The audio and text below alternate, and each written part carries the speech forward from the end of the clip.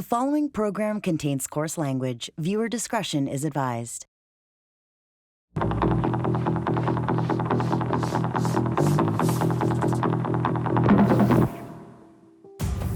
On this edition of The Fifth Estate, we return to the pandemic, a time of mandates, lockdowns, and chaos in the streets across Canada.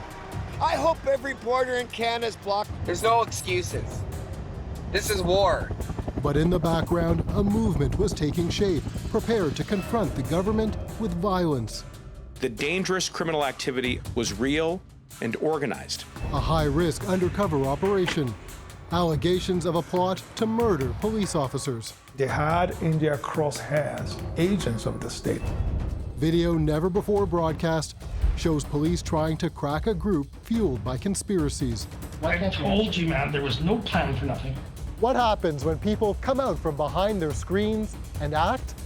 The danger is that one person in 100 will commit an act that might be awful. I'm Steven D'Souza. This is The Fifth Estate.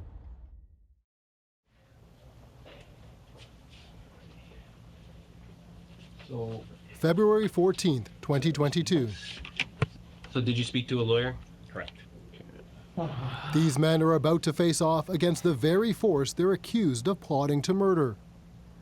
At a time when the country was on edge, the RCMP feared a small group was armed and about to spark a shootout with police.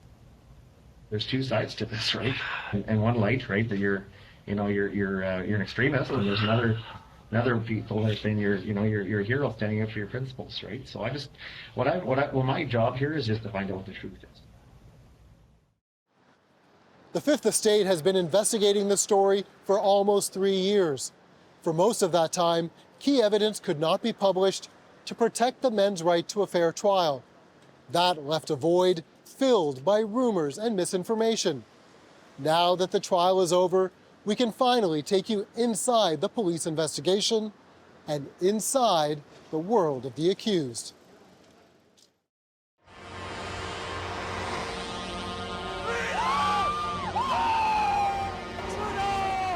Early 2022, downtown Ottawa under siege, a face-off over vaccine mandates. I'm staying. I'm not leaving until the mandates are gone. Oh, freedom!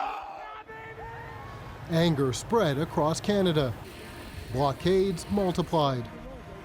But the RCMP conducted its most serious operation here, on the border with Montana in the small village of Coutts, Alberta. I hope every border in Canada is blocked. I hope the country shuts down. Some protesters were openly hostile towards the government, police, and mainstream media. You guys start telling the truth. You guys have helped destroy this country. You're the enemy. Get out of here. You are the enemy of Canada. Protesters effectively shut down Alberta's most important port of entry to pressure the authorities to withdraw COVID safety measures. You betcha. Among those drawn to the protest, Marco Van Hugenbos. It was just a feeling of hope that finally there was a part of society that had said, this is enough. How had you been feeling during the pandemic leading up to these protests? Frustration with the COVID mandates, restrictions, the inconsistencies by health authorities and governments. Where are my brothers? He's right beside you. Van Hugenbos was a town councillor in nearby Fort Macleod. He quickly became a leader and the face of the Coutts blockade. This is a big protest. It's a big rally here. I love it. But keeping it peaceful and making sure that nobody steps out of line is our responsibility and my biggest concern. Protesters would gather at a roadside restaurant. So it's kind of our little headquarters, the Smuggler's Saloon it's called. Fits the names perfect there. This is Tony Olenek. He drove from Claresholm about 2 hours away, where he ran a gravel pit and trucking company. He filmed regular updates from the protest. Well, she's 5 a.m. start here. And the little convoy is getting organized. It's going to be a great, marvelous day. In the early days, it was very, I won't say chaotic because that sounds like there's a riot going on, but it was very disorganized. And it doesn't impact on the airport. Coutts Mayor Jim Willett and his council were not prepared for their village to be overrun. It's like herding cats because you get them in a group and you make what you think is a decision and then go out the door and it all goes sideways. Days into the blockade, police went to smugglers to give protesters an ultimatum: open the highway or be arrested. We're giving you choices. Fucking pigs. In the crowd recording the confrontation, Tony Olenek. Just trying to intimidate and pressure and coerce a bunch of freedom-loving truckers and people that are here. It's mind-blowing. I don't know, my wife calls it a spidey sense, like you sense that something is not right. The RCMP also sensed something wasn't right. Kelly Sundberg took a look at the police investigation for the Fifth Estate. He's a criminologist at Mount Royal University and walked us through how police identified the four men. I think that they realized that through their existing network of information and intelligence that this was gathering momentum and very quickly, and that it could get out of control. Moving the undercover officers in there was a prudent step. After a week of trucks blocking the highway, the RCMP sent undercover officers to infiltrate Smuggler's Saloon to understand what the protest leaders were planning. So this is not a simple operation. These are very tight communities for 5 outsiders to just show up. So these are highly skilled officers that were clearly very effective in their duties. We obtained court records where the agents describe, in their own words, what happened next. A protester calls Tony Olenek a leader, so the undercover officers arrange to meet him. Olenek tells them he sees the blockade as a revolution. These officers not only had to play the role that they did, but then they had to go and create the reports to activate the next phase. Olenek says he's been surveilling the police's movements and considers himself protest security, along with Chris Lysak from nearby Lethbridge. Olenek describes Lysak as a hitman, a sharpshooter, and a long-range sniper. I won't leave until shit changes. Written in stone. My kids aren't gonna grow up in this shit. The undercover officers also report back that Olenek boasted of stockpiles of guns and thousands of rounds of ammunition, enough to outfit every protester and smugglers to fight if they needed to, and that he believes cops should all be hung. This launched the investigation from simply a intelligence, what's happening position to, oh my God, this could unfold into a firefight. This could unfold into extreme violence. Meanwhile, the agents continue to gain Olenek's trust. He introduces them to another protester, Chris Carbert, also from Lethbridge and Lysak's childhood friend. There's no excuses. This is war. Olenek and Carbert take the agents to meet a fourth man, Jerry Morin. Olenek had met Carbert and Morin a few months earlier.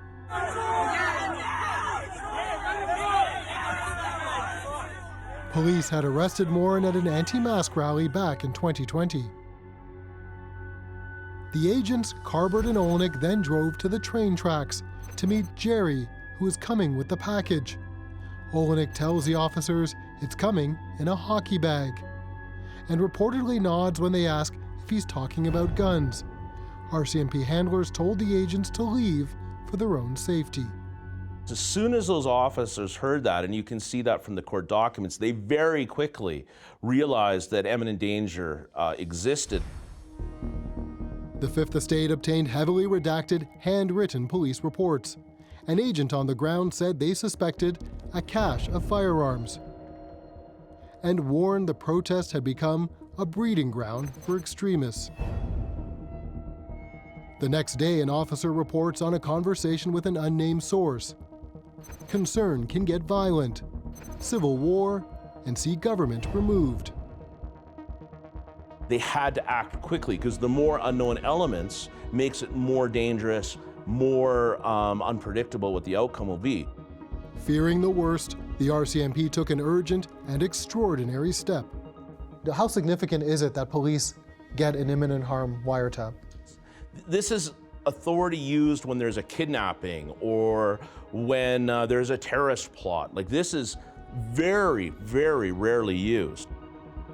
The RCMP started listening to the men's calls. They overheard Olenek refer to Prime Minister Justin Trudeau as a terrorist. Then, in another call, saying, "We're gonna go to war at some point." Well, this is an update happening here Sunday night. We're all surrounded.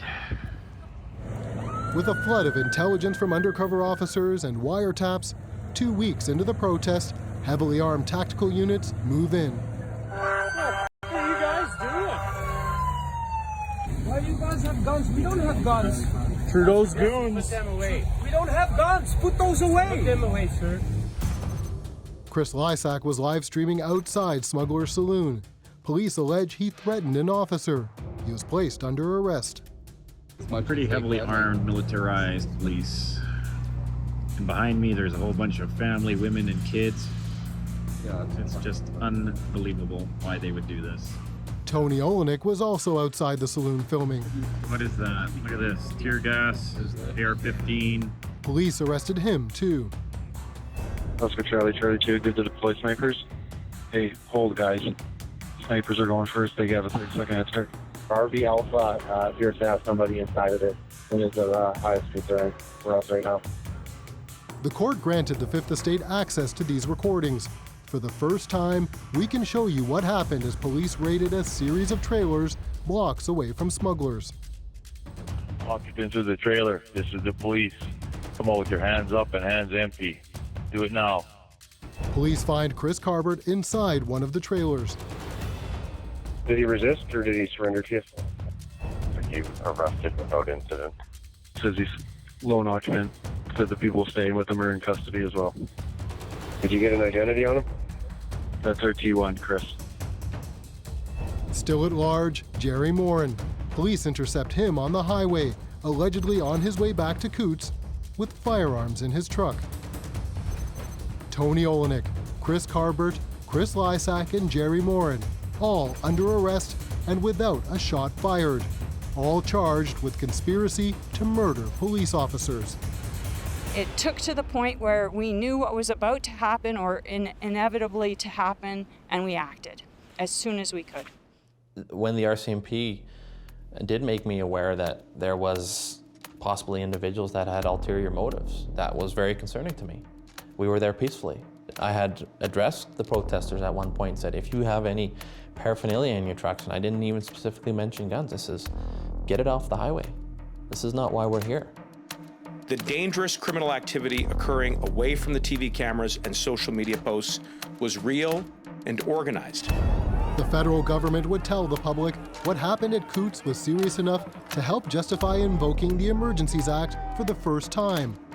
The police now had unprecedented power to forcefully shut down the protests. We're talking about a group that is organized, agile, knowledgeable, and driven by an extremist ideology where might makes right. But building a case that would stand up in court wasn't going to be easy. Coming up, the RCMP interrogate the accused. It's not what you guys think of it being this militia group or some terrorist organization. That's what the government and the media is going to spin it as, like they have.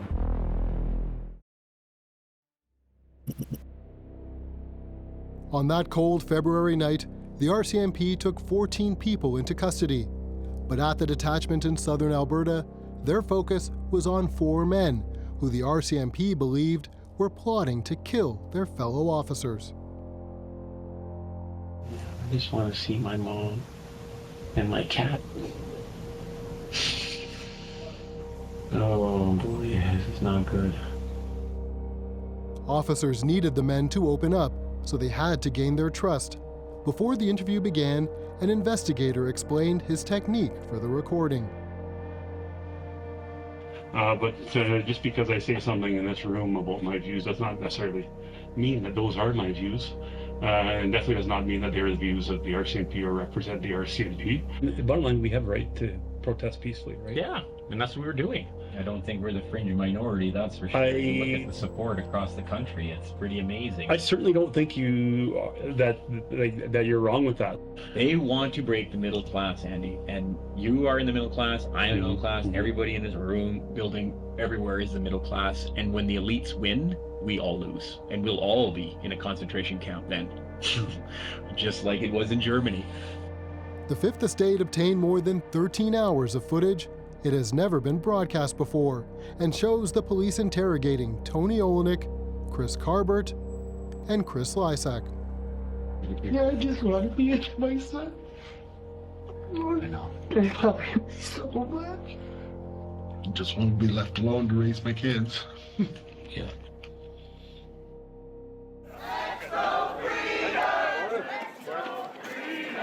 The men were denied bail, and each court appearance became a rally of support as police looked on.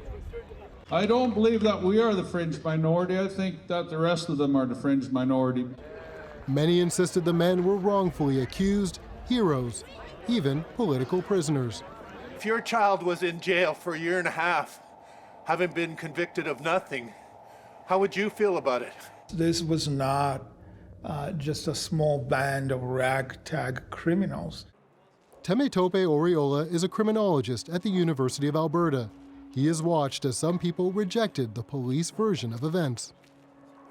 There was this intrinsic belief that, well, it cannot be that dangerous. They cannot pose much of a threat because they are us. They are a mirror image of mainstream society. And in the years since the men's incarceration, Oriola has kept tabs on the expanding support networks across Alberta. They had underlying sentiments and positionalities that were far-flung from what the average protester there might have felt. Yes, there were folks in society who didn't like the vaccination mandate, who had anti-government beliefs and all of that. But I think the average member of the public would draw a line once you start gathering firearms to take on the police. At Smuggler's Saloon, protesters hung a Canadian flag. The men signed their names along with others at the blockade. It's kind of like kissing the Blarney Stone, I guess. You're there, you got to sign the flag. I didn't. Even months later, owner Roger Vilcarsis questioned the arrests. So from your perspective, the arrests were not because of a public safety threat. They were because of what? Political. They wanted to shut this down. Somebody wants you locked up or trumped up charged, they can do it. The RCMP released very little information in the aftermath of the arrest, but they did publicize this photo and said it showed what they pulled from the trailers and a home they raided in Coutts. 13 long guns, handguns, tactical gear, ammunition, and more. Well, how do you convince them that what you're saying is true? The truth is that this absolutely took place, and I'm not going to argue with somebody who isn't going to listen to the facts. But that wasn't enough to convince some supporters. Vilcarsis believed police faked the bust. She watched, so this is first-hand news, them plant guns. She says that they planted guns? She watched it. Yeah. The woman he's talking about is named Joanne Person. Olenek, Lysak, and Carbert were staying in a trailer on her property. Carbert was arrested there, and that's where police seized many of the guns. Hi, Joanne. Hi, I'm Steven. I'm with the Fifth Estate. Media's already told enough lies about me. I don't need any more garbage out there about me. You know, we're hoping to hear your side because we know a lot of folks in town say that this was set up by the RCMP, and we know you were here, that you could tell us perhaps what happened. Not interested, thanks.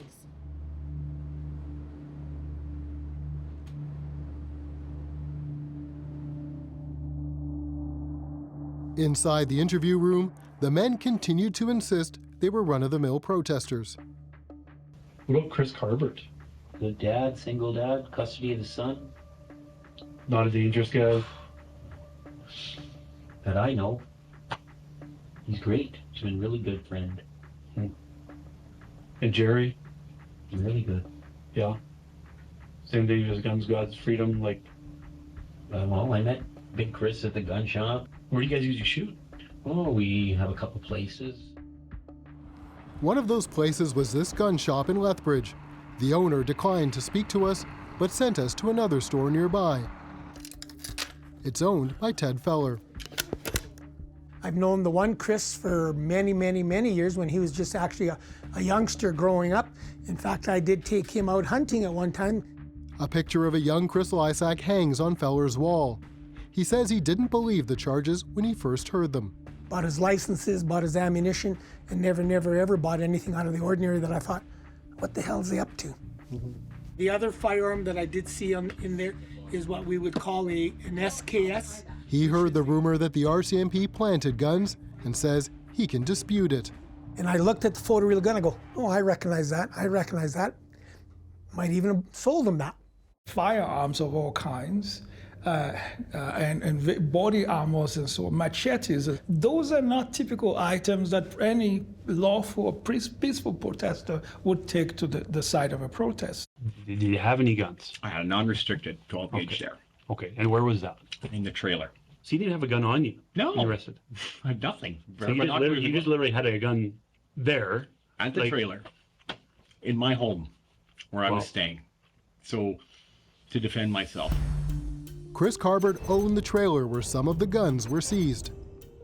2 mags with 223 rounds, 1 long mag with 223, body armor, 2 mags from armor, loose ammo from a backpack, another rifle. So yeah, like I can guarantee you this all wasn't in my trailer. There's no way. Are there any guns listed here that are yours? Is there anything in here that's yours? No? You're shaking your head, so does that mean no, or? Just right there, I'm not asking. Okay, all right. At that time, Carbert was banned from owning firearms due to a past run-in with the law. Meanwhile, the RCMP were gearing up to raid Olenik's home. On his property, they would find, built into the hillside, the entrance to a bunker. Is there anything dangerous at your house? I don't know. Is there any explosive? Anything that could be explosive? Oh, yeah. Coming up, the RCMP uncovered the conspiracies fueling these men's fear. I'm probably too deep down the rabbit hole, but it scares me, right? Just from seeing all these elites doing what they're doing and stuff. After the arrests in Coutts, police moved quickly to gather evidence. The investigation brought them to Tony Olenik's property outside Claire's home.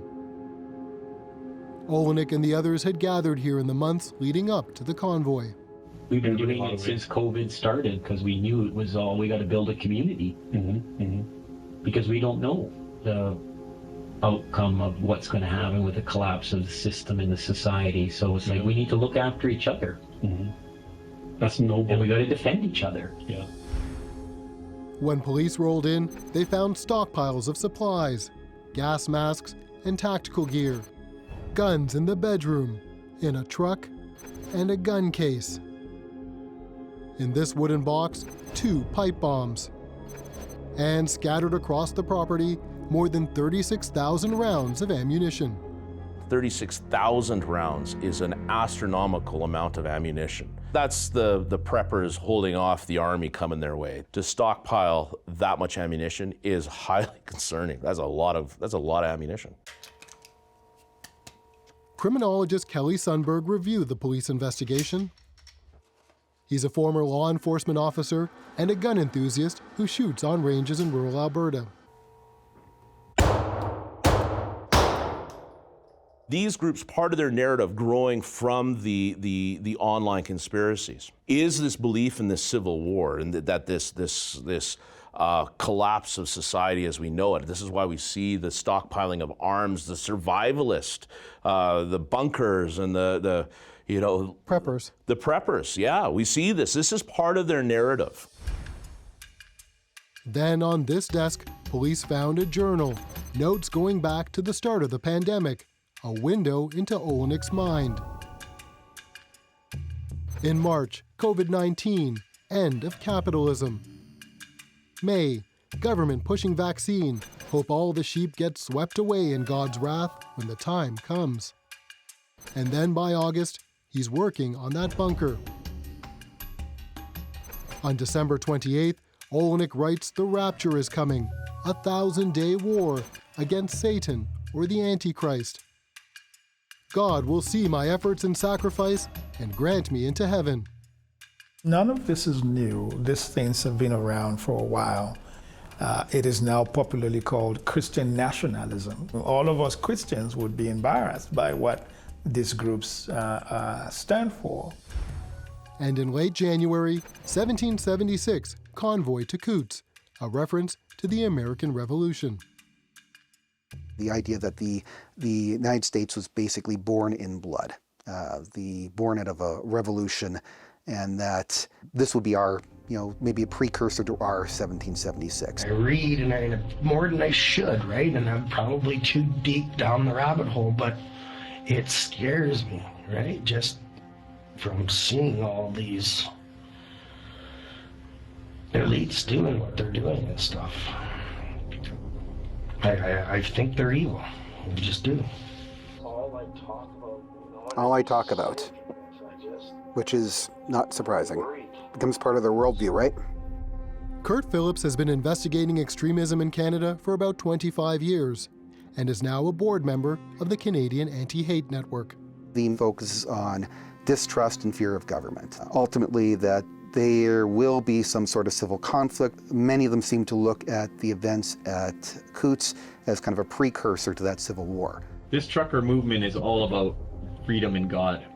And the evil elites is all satanic realm. And I mean, if you really dig deep into these conspiracies, these elites, that's, the whole pedophile scandal that's going on with Epstein and all that. What are they hiding? What? That's why there is so much dark, deep evilness in the system that's controlling it, and they're using all of us as their little pawns in their big game here. The RCMP tried to uncover whether the men had a plan to act on those fears. There's no conspiring by anybody to do that. Okay. Is there, and I know that, sometimes emotions run high. Yeah, and sometimes you say stupid things. Yeah. I'm not telling you everything that we have on wire. We've been listening to you for days and all your buddies. You say to your friend, I am trying to stop it from going to the next level because from here we go to war. Yeah. So that tells me, Chris, as an investigator looking and putting these pieces of puzzle together, that you knew what was coming down the pipe, but you didn't want it to happen. Yeah, man, but so that's the whole point of this whole process, is to stop anything from ever getting to that point. It sounds like you had your hands full there, Chris. I don't like Trudeau. Yeah, I don't like him. I'd like to see him hang. Sure, that'd be perfect. He needs to be tried for treason and shown all the accountability that he has. And if he's proven guilty, like we know he is, hang him. And get back to how it should be. Olenek also explained how he thought the protest would ultimately end. The government then will call the Insurrection Act. Because they've already thrown that word out so many times now, haven't they? Dude. Today. And then guess what? Let me finish this. That's right, yeah. So then what happens is the UN comes, which is Chinese troops.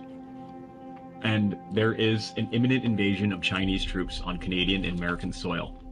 Do you think the RCMP was equipped to deal with this kind of worldview? Do you think they understood it enough in that moment? And not just the RCMP, but I think law enforcement and national security intelligence, CBSA, CSIS, the RCMP, I don't think are equipped to deal with the emerging threat that online radicalization poses to the Canadian public. This case provides a glimpse into our kind of a scary future for us, that if we don't get a handle of online self-radicalization and extremism, people's lives are at risk. The RCMP circulated this photo after the arrests, and this vest caught the eye of extremism researchers across the country. There's a black and white patch, and we recognized that as belonging to the group Diagolon. Phillips says Diagolon is a uniquely Canadian idea. Started as a joke during the pandemic, what the perfect country would look like. The diagonal line of sanity through the continent. Those would be the areas that were conservative, that were traditional, and would respect firearms. But Phillips says Diagolon grew into a network of online influencers that spread a view that society was headed in the wrong direction and needed to be reset. The belief that ultimately that they were going to have to take up arms, that there's no political solution. Well, if there's no political solution, what does that leave us, right? It leaves a violent solution. The man behind Diagolon is Jeremy McKenzie. He's somebody who is incredibly charismatic. This is outrageous. This is a travesty. McKenzie gained notoriety for anti-government, anti-vaccine rants. He's a 38-year-old Canadian Forces veteran from Nova Scotia. In the media, they're calling us, what did they say, a neo-fascist accelerationist, scary word, scary word, scary word, scary word. Those patches fueled speculation about the network's involvement in Coutts, something its chief influencers denied. Did the police put them there? I have absolutely no idea. A judge allowed the Fifth Estate to view key police evidence, including this vest, with the Diagolon patches. I'm going to shoot straight with you. I think you had to have known about them other guns because they were out in the open, and I don't know why you couldn't have. In the house? No, in the trailer. Chris Lysak didn't say very much in his interview with police, but look at his shirt. Supposed to go shoot coyotes and stuff, but okay. In the 2-hour interview we watched, not once did the investigator ask Lysak about the symbol on his shirt. I don't think they dug as deeply into that as maybe they could have. Diagolon wasn't well known at this point, but it was in the news eventually. They were kind of treating it as if like a normal crime rather than something that might have been more significant. Lysak has been repeatedly tied to Diagolon, even live streaming to their channel at Coutts. Right now we're going to arrest you for ordering drugs. For what? You've got that many rifles. I mean, let's face it.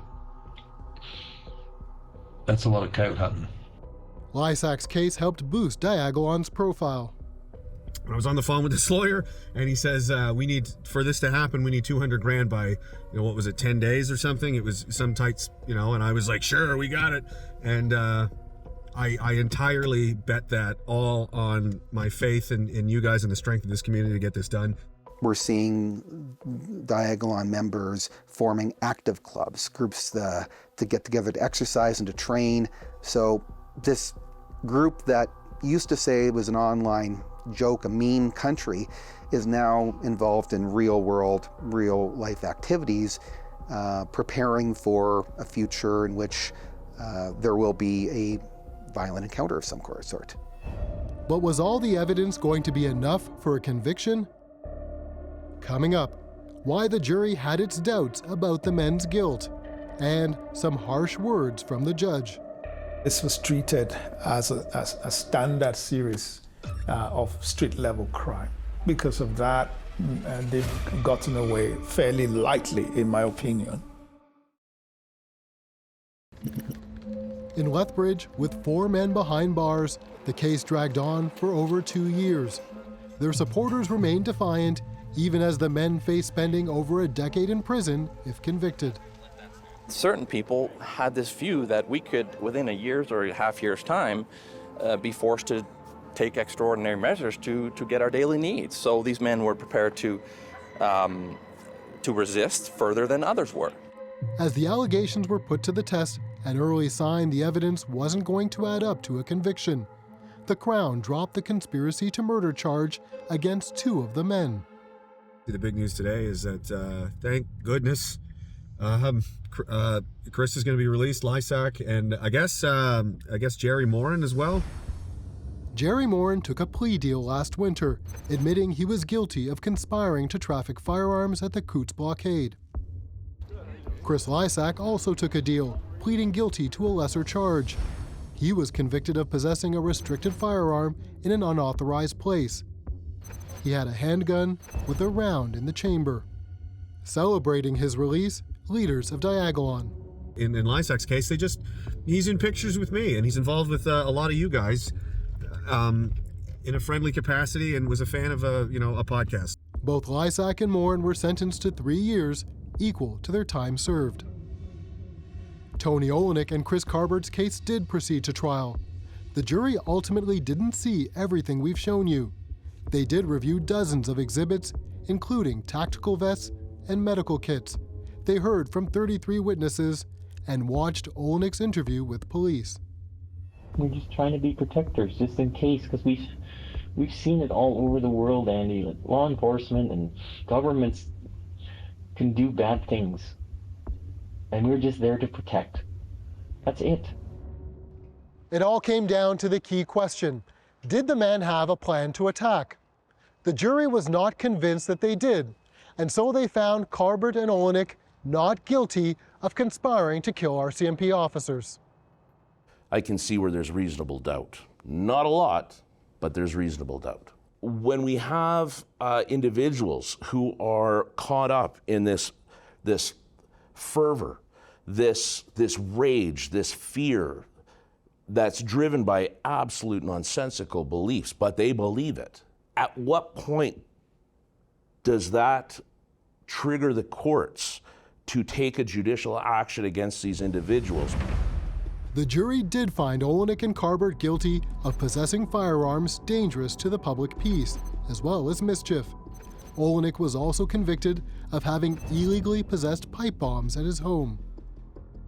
It gets to the line when you start arming up and actually demonstrating the intent to do harm, when you have pipe bombs, when you have assault rifles and body armor and you're prepping. It's a very fine line. Justice David Lebrenz oversaw the trial. He found the men were prepared for a firefight with police. But the operative question was, at what point would they engage? The ambiguity surrounding the threshold that they would be prepared to repel the police helped their case. But there is no doubt that they were ready, they were prepared, they were willing, and they were able to engage the police in a shootout.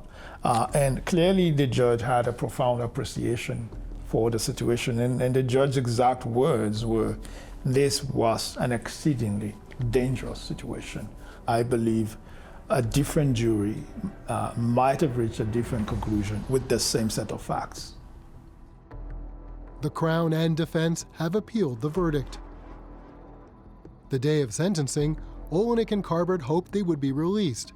Their lawyers asked for time served, while the Crown argued for 9 years.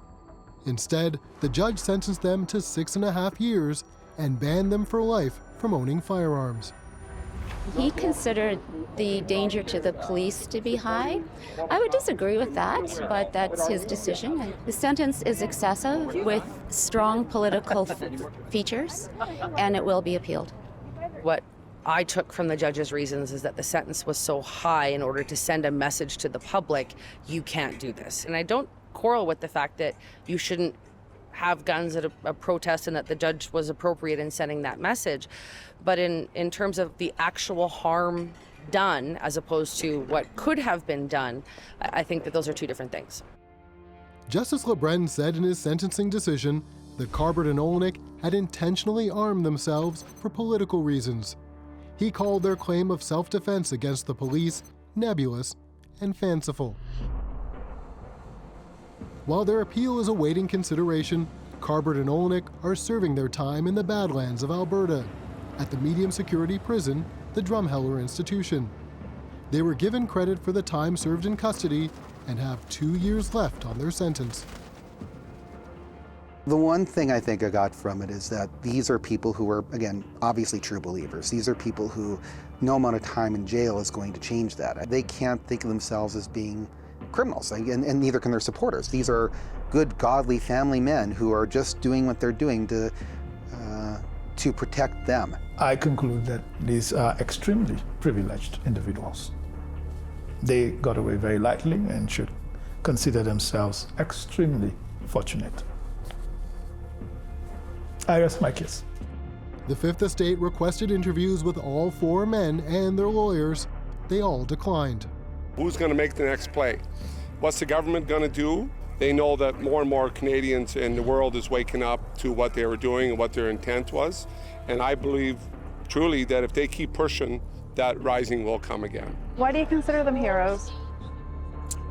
Because they were willing to fight for our freedoms. It's something that isn't going to go away anytime soon. The community that was developed as a result of this, they're still agitated, they're still angry, they're still looking for change, and in their mind, prosecuting those that have done them wrong. I don't think this case solidifies anything by any stretch, but it sure does show us that any future case is going to be incredibly difficult. There needs to be more preparation because this isn't going to be the last time. The convoy still evokes strong feelings in Coutts, and while he's no longer mayor, Jim Willett hopes what happened here offers a lesson to Canadians. I believe this should have woken up some of the people that thought they understood what was going on. We tend to ignore people that we don't want to listen to. We tend to just brush them off and say, well, they're just a bunch of nuts. And that's a hazard for both sides.